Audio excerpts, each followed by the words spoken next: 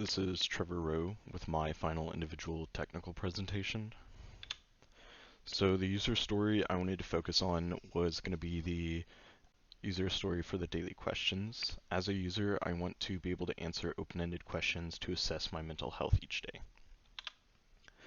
So first, I want to take a look at the design of the questions page. I again used MVC. So here in the model, we have the information for both user and questions in two different classes, but they're still within the model section of the program. So the user has the information such as the UID, email, password, all that stuff that's needed.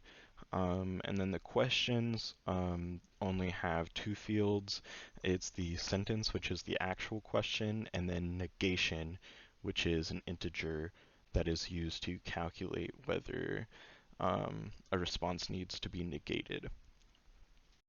And in the view, we have the create state, which creates the daily question page state. We have a user and a daily questions page controller named controller.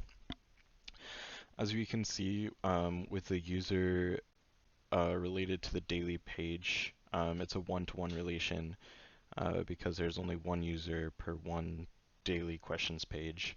And then same thing with the controller, there's only one controller for the one view page. But the controller actually has a list of many questions, so the relation of that would be we have many questions to one controller. We have a list of questions in the controller, and we also have the logic for controlling, or not controlling, but scoring the responses. And then some design patterns. So I used some adapter pattern design. The user's typed responses to the questions are sent to the controller and must be validated before they can be processed to prevent bad data. So whenever a user sends in their responses and submits it, the controller first sends it to a verifier to make sure that it's a valid sort of response before it tries to process the data.